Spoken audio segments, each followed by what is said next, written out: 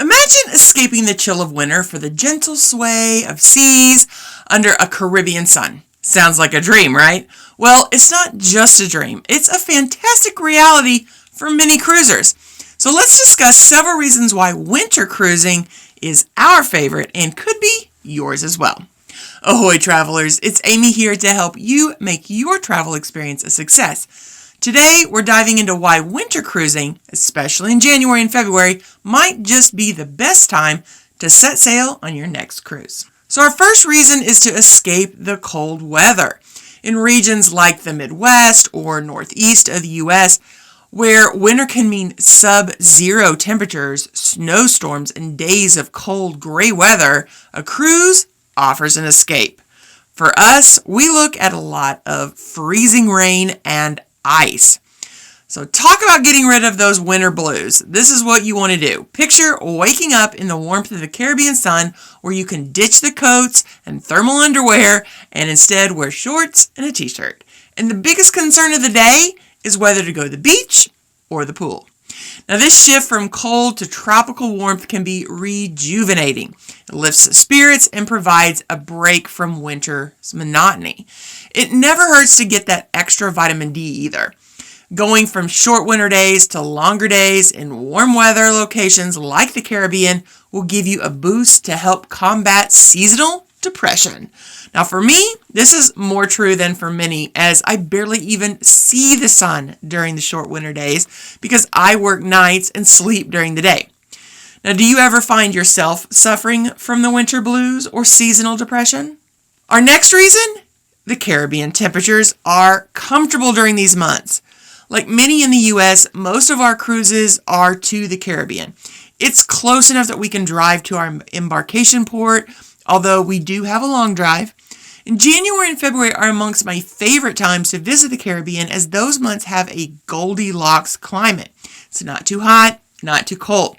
This means you can engage in activities like snorkeling, hiking, or even golfing without the discomfort of extreme heat. So for instance, in places like San Juan or St. Thomas, you could enjoy walking tours and historical sites without the afternoon sun being overwhelming. We once took a cruise to the Caribbean in September, and it was so hot, it was miserable unless you were actually in the water. Even on the ship, it was too hot to enjoy being outside. However, in the winter months, the sea breeze and slightly cooler nights make for perfect conditions to spend time in the outside areas of the ship for activities like evening strolls, outdoor movies, or open-air dining. Our next reason, post-holiday peace on the water. So after the whirlwind of holiday celebrations, cruising after the first of the year presents a unique opportunity to give yourself the gift of relaxation. It's the ideal time to unwind from the festive chaos, embracing the calm and tranquility that only the open seas offer. The contrast between the holiday rush and the serene environment of a relaxing area on a cruise ship is stark, providing a much-needed rest for many people. This period not only allows you to start the new year with a sense of peace, but also serves as a personal retreat where you can reflect on the past year and set intentions for the new one. So imagine sailing away from the holiday stress, finding solace in the gentle sway of the ship, surrounded by the vast, soothing ocean. It's about more than just escaping the cold. It's about gifting yourself a moment of peace, a time to recharge and rejuvenate as you sail into the new year with clarity and calm. Now, our next reason is a good one. You avoid hurricane season. The risk of hurricanes drops significantly after November, so it offers a peace of mind for travelers. With the hurricane season during the adjacent months, June, July, August, September, October, and November, many like to avoid cruising during that time, and it's less likely that their cruise is going to be affected if they choose to sail during the winter months. Cruises during those winter months are less likely to alter their routes or cancel ports due to weather concerns. This reliability can be crucial for planning, ensuring you visit the destinations you're excited about. Now imagine planning a trip to see the Mayan ruins or swim with the dolphins, knowing your itinerary is more secure from weather disruptions. Of course, there's never a 100% guarantee that you're going to stop at all ports on your itinerary, but cruising in the winter can greatly increase the chances that your cruise will go as planned. So when was the last time you missed a port? And what was the reason? Let me know. Our next reason for sailing during the winter months, it's off-peak season. So with fewer tourists, the experience can feel more exclusive. On board, you might find quicker access to spa treatments, dining reservations without the wait, or even personal interactions with the crew who aren't as rushed and busy.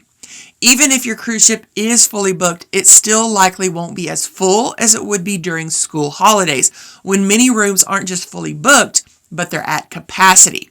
So most cabins are considered fully booked with 2 people in them, but can actually hold 4. So this is much more likely to happen when families are cruising during those summer months. This is also true for port stops. You might have a more authentic experience while there. The local markets are less crowded. There's shorter queues at popular attractions and a chance to interact more with locals who appreciate that quieter pace of life during these months. Now our next reason, lower prices. Cruise lines often slash prices to entice travelers during these less popular months. This could mean not only cheaper cabin rates, but also bundled packages that include drinks, dining, or internet access at a fraction of the cost than it would be during peak times. Now, we usually find ourselves cruising at the end of January for this very reason. When I go to look at booking a cruise, I'm going to choose our embarkation port, itinerary, and sometimes even the ship. But then I will just choose the cheapest itinerary that's available during January and February. And that, for some reason, seems to always be the last week of January. Another reason might be easier flight availability. So with less demand for flights to popular cruise embarkation ports like Miami, Fort Lauderdale, or Galveston, you might find better flight times, including direct flights that might not be available during peak summer months. This can reduce travel stress, makes the beginning and end of your cruise a lot more enjoyable. Now, I'm not a fan of flying unless it's necessary. If we can, we choose to drive to our embarkation port. Do you prefer to drive or fly? And how far does a drive have to be before you're going to choose to fly instead? Another reason, cultural experiences in ports. So visiting during local festivals like Carnival in Trinidad and Tobago, where the streets come alive with parades, music, and dance, offers a more authentic cultural experience. Or the St. Martin Heineken Regatta, where you can watch or participate in sailing events. These events aren't just for spectators. They invite participation, from joining in the street parties to learning about local crafts or cuisine. The longest holiday celebration in the world is Puerto Rico's 45-day Christmas festival, which starts mid-November and ends in mid-January. It's got roaming groups singing Christmas folk music, and Las Fiestas de la Calle San Sebastián marks the end of the season. It's a massive street fair that features parades, music, dance, food, and art. So cruises can schedule their port times around these festivals, providing a window into the heart of the culture that's less visible during peak tourist seasons. So there's definitely a lot of reasons to cruise during winter months if you can. How about you? Have you ever cruised during January or February? What was your experience like? Let me know in the comments if you found winter to be the best time to cruise for you. I know that having a cruise booked for the end of January this year sure gives me something to look forward to after all the excitement at the end of the year and the monotony of the cold winter days that follow. Well, are you ready for more information on cruising?